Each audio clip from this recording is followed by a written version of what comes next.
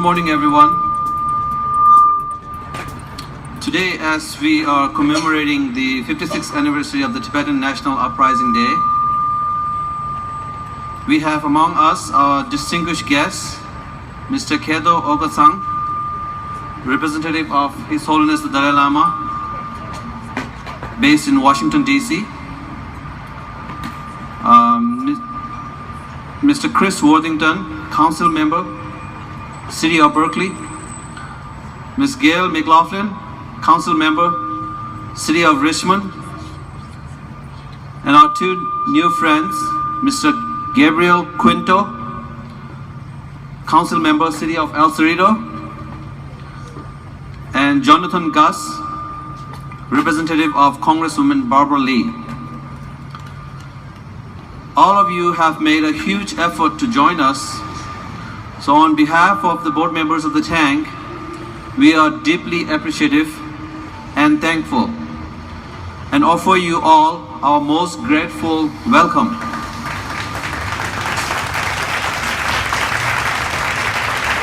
Today we also have the honor of raising our national flag on the City of Berkeley's flagpole. This has been made possible by our many supporters, but most important and steadfast supporter to this initiative is our dearest friend, Mr. Chris Worthington. I would like to acknowledge your contribution, and I would like to thank you, offer my sincere thank you to all, and thank you. However, the Chinese government should know that Tibetans have the strength and the resources to carry out the struggle for another 50 plus years if necessary.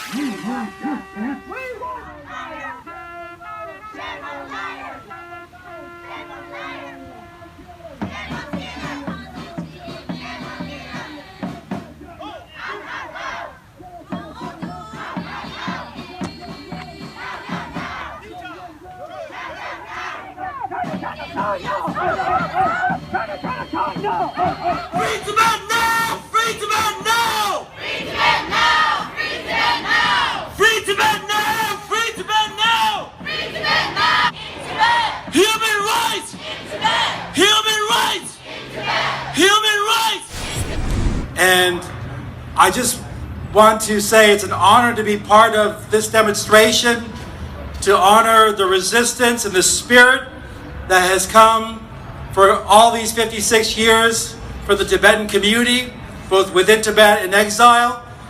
And every year I've been helping to make sure that there's a pathway for this demonstration to stop at City Hall, to present itself, and to call out for justice and for a free Tibet. So I just want to say you have my support, the support of my colleagues like Supervisor Christina Lage and the Sheriff Ross McCarimi. We will be supportive of your campaign, your events.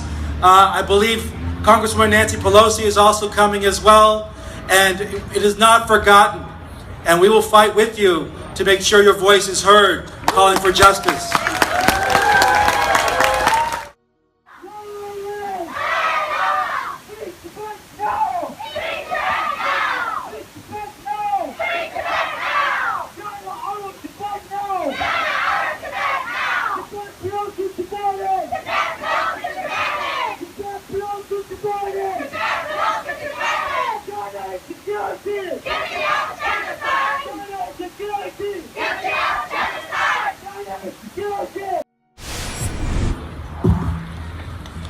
Hello, ladies and gentlemen. Today, as we commemorate the 56th anniversary of the Tibetan National Uprising Day, I would like to first pay my homage to the brave men and women of Tibet who sacrificed their lives and who continue to suffer for the cause of Tibetan people. Then I would like to express my appreciation and gratitude to all of our supporters and the distinguished guests who have been steadfast in their support for the Tibetan people. In particular, I wanted to thank the Democratic leader, the former Speaker of the House of Representatives, Honorable Nancy Pelosi, for her kindness and consistent support for the Tibetan people. Good morning. I'm Ross Mercarimi, the elected sheriff for the city and county of San Francisco.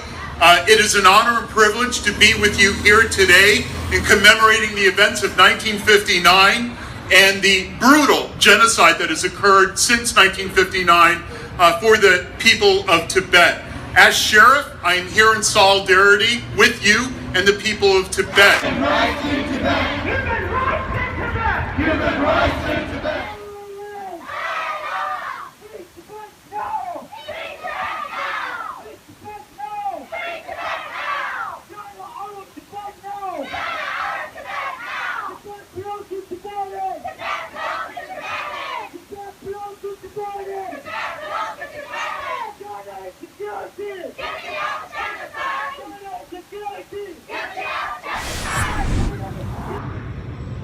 So when we raise our voice, we become the voice of the voiceless.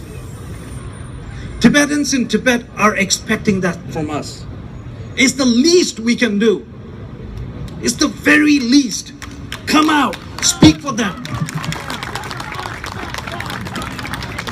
Because end of the day, we believe that we will return. We believe that His Holiness the 14th Dalai Lama will be back in Tibet. Now the Chinese government says His Holiness the Dalai Lama is provoking, is pushing for the self-immolations. I've talked to a lot of Chinese people and I tell them, if His Holiness ever, I mean he wouldn't, but if he ever said Tibetans self-immolate, the numbers would not be in hundreds, it'd be in thousands. That's what the Chinese don't understand. What the Chinese don't understand is when His Holiness is at a Kala Chakra teaching and talking about not wearing furs, animal furs. Next day in Tibet, out in the streets, Tibetans are burning furs, animal furs, and banning wearing any animal skin. That is what China doesn't understand.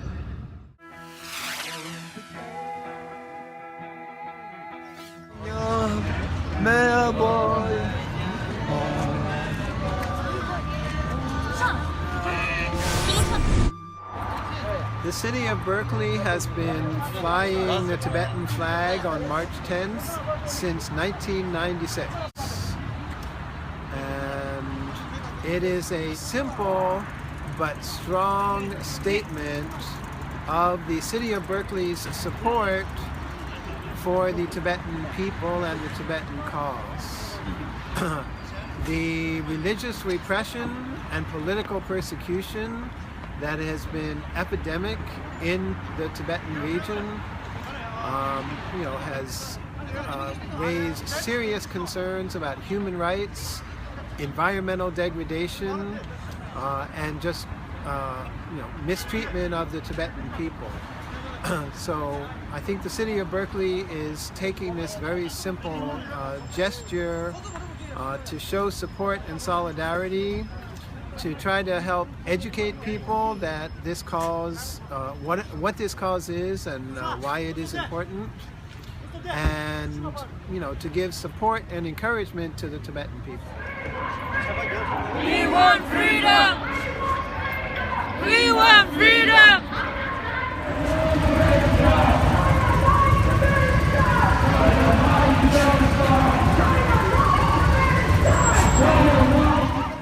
Other governments, we believe that the United States, which I personally think should take the lead, should work with other governments together in a multilateral approach and pressure China.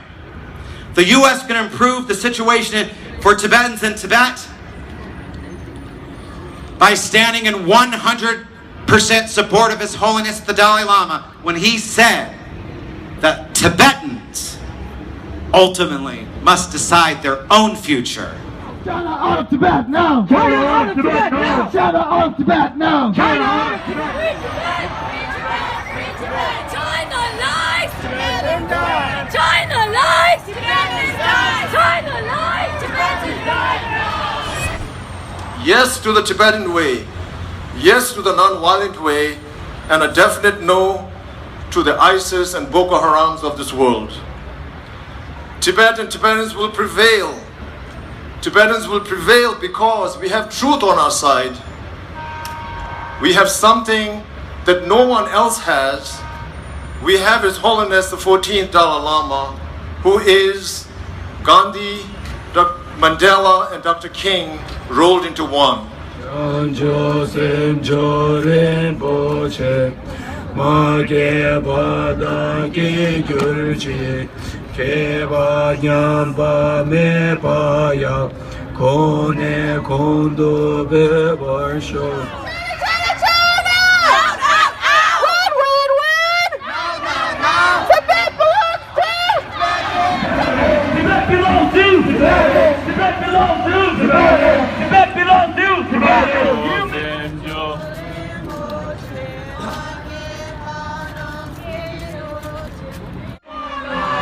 Shame on liars! Shame on liars! China, the world is watching you! China, the world is watching you! Stop lying to the world! Stop lying to the world! Stop lying to the world!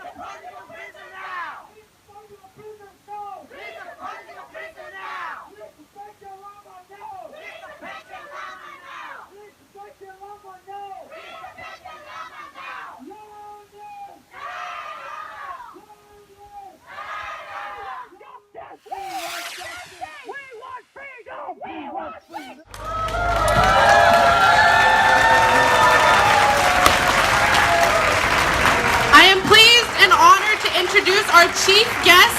This person is a longtime friend of Tibet in Congress and a longtime supporter of Tibet and His Holiness the Dalai Lama. We're humbled and grateful to have the Democratic leader and former Speaker of the House of Representatives, Nancy Pelosi, here in person to make a statement.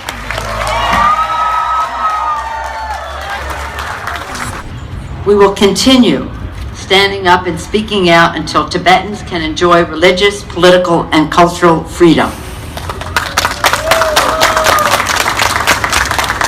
I've said it here many times. I've said it on the floor of Congress. I've said it when I've been visiting His Holiness in India. The situation in Tibet is a challenge to the conscience of the world. Until every child is able to learn about his or her heritage and culture in their own language, we will stand united. Until every person is able to practice his or her faith without fear of persecution, we will stand united.